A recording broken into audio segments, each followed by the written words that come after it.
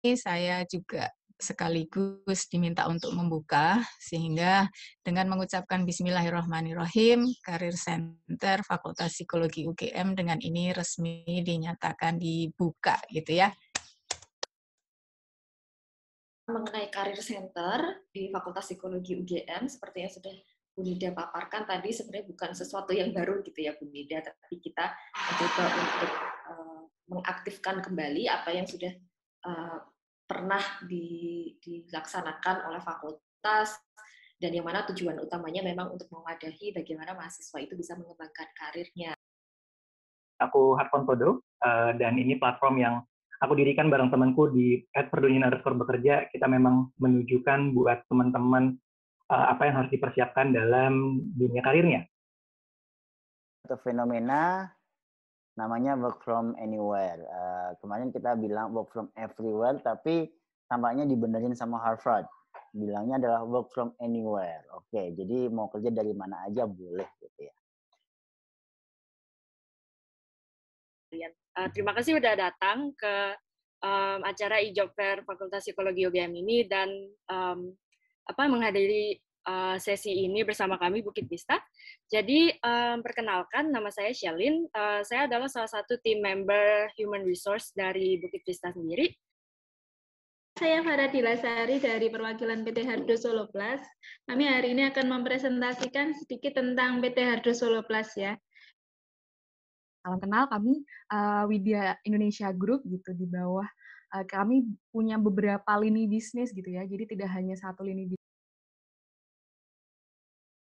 Oke, halo teman-teman semua. Buat teman-teman yang mungkin baru tahu, perkenalkan namaku Samudra Fadila Jamaluddin, biasa dipanggil Sam atau Samudra, dan aku adalah salah satu awardee dari Beasiswa Pendidikan Indonesia (BPI), yang mana itu adalah sebuah beasiswa yang merupakan kerjasama antara Kemristek Dikti dengan LPDP. Jadi dananya dari LPDP dan pengelolanya, tapi pengelola beasiswanya yang menyalurkan Kemristek Dikti. Dan untuk saat ini aku sedang menempuh Master by Research Belanda, lebih tepatnya di Vrije Universiteit Amsterdam, yang mana Master in Social Psychology. Oke, luar biasa sekali nih ya Kak Sam, dan juga sudah hadir juga nih bersama kita yaitu Kak Steph. Boleh dong Kak Steph untuk memperkenalkan dirinya terlebih dahulu. Oke, terima kasih Manda. Halo, selamat malam teman-teman yang saat ini hadir. Perkenalkan, nama saya Stefanus Suryono, biasa dipanggil Stefanus.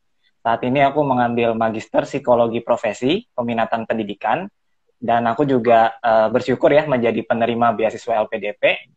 Waktu itu aku diterimanya di tahun 2019, dan aku waktu itu ngambil jalurnya beasiswa reguler gitu. Jadi senang bertemu dengan teman-teman pada malam hari ini. Jadi nanti kalau ada yang mau ditanyakan silakan ya.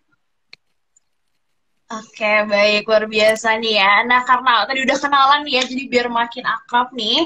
Nah, selain itu juga mau nanya nih, gimana kabarnya Kak Sam dan juga Kak Steph malam hari ini? Kayak mungkin dari Kak Steph. Aku. Iya, boleh. Oke. Ya, alhamdulillah baik sih, dan ini sekarang aku masih di Amsterdam, di jaraknya sekitar 5 jam dari Indonesia. Jadi kok sekarang di sana jam 7 kan ya. Nah, di sini masih jam 2, dan ya alhamdulillah baik, lagi siap-siap aja mau ujian blog seperti itu. Oke, luar biasa. Kesibukannya apa aja nih Kak sekalian sembari kuliah nih? Kok sembari kuliah sih sejauh ini aktivitasnya baru fokus ke kuliah aja ya, cuman memang kalau di perkuliahanku itu sejauh ini kelasnya nggak banyak karena modelnya research master, jadi mungkin lebih banyak tugas-tugasnya, jadi mungkin aku lebih sering menghabiskan waktu di perpus. Kita untuk lamar tuh mungkin bisa berubah gitu, jadi kalian harus selalu cek websitenya. Oke, siap. Tadi juga ada beberapa rekomendasi Instagram ya dari Kak Sam juga terkait Instagram apa aja yang bisa teman-teman follow untuk update informasi begitu ya. Nah, kemudian nih kayaknya ada satu pertanyaan lagi nih kayak yang harus ditanyakan nih dari berkaitan dengan Magister Profesi Psikologi itu apakah bisa mendapatkan LPDP gitu Kak untuk yang dalam negeri? Kalau yang memang waktu itu kan aku apply tahun 2019 ya. Jadi seperti yang aku bilang, LPDP itu kadang mungkin kebijakannya berubah gitu ya.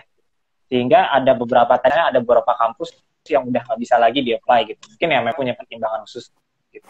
Nah, jadi lalu cek ya websitenya. Kalaupun misalnya mungkin tadi nggak cover, mungkin bisa pertimbangkan untuk nyari beasiswa lain yang memang menawarkan gitu. Jadi teman-teman tadi ya selalu cek websitenya supaya kalian jelas di situ kalian bisa apply atau enggak. Tentang sebenarnya beasiswa yang diambil oleh Kak Sam ini itu gimana sih Kak? Mungkin bisa dijelaskan sedikit gitu tentang beasiswanya. Oke, terima kasih. Jadi untuk beasiswa yang aku jalani sekarang, yakni beasiswa pendidikan Indonesia, ini adalah salah satu beasiswa yang berada di bawah Kementerian Ristek-Dikti.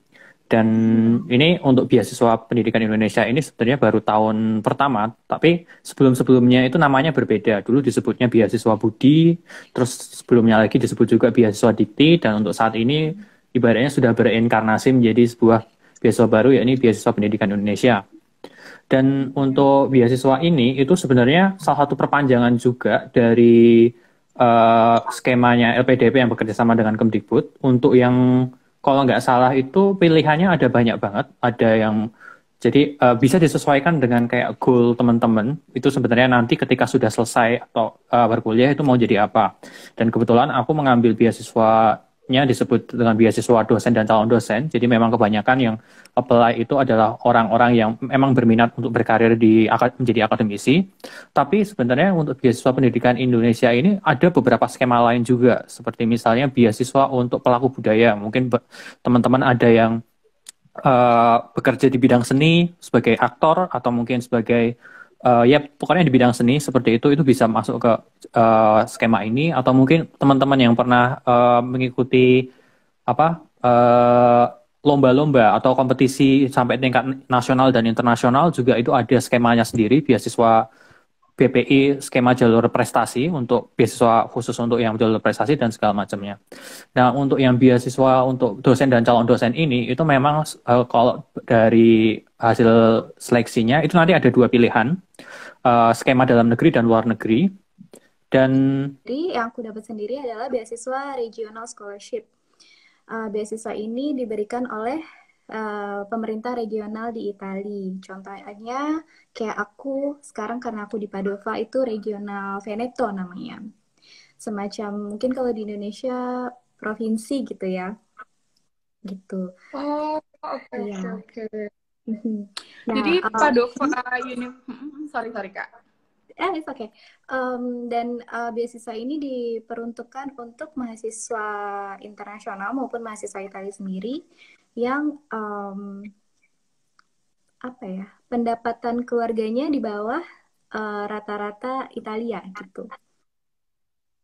Oh, oke. Berarti pakai beasiswa providernya pemerintah dari regional di Veneto ya tadi Kak? Veneto, betul.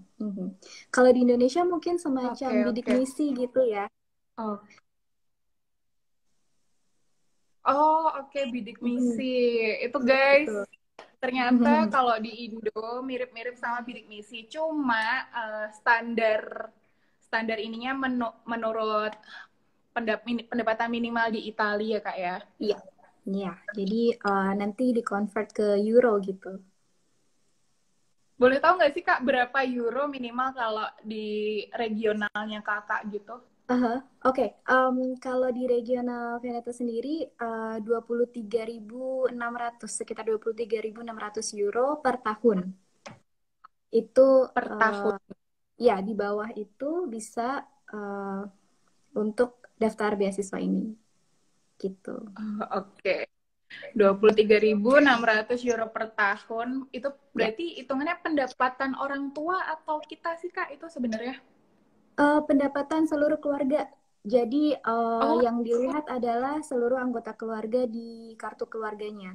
Jadi misal ada kita, ada kakak, ada orang tua, mungkin misal nanti ada adik atau ada sepupu mungkin di kartu keluarganya itu semua harus memberikan bukti pendapatan, kalaupun tidak ada harus membuktikan bukti bahwa tidak punya pendapatan begitu.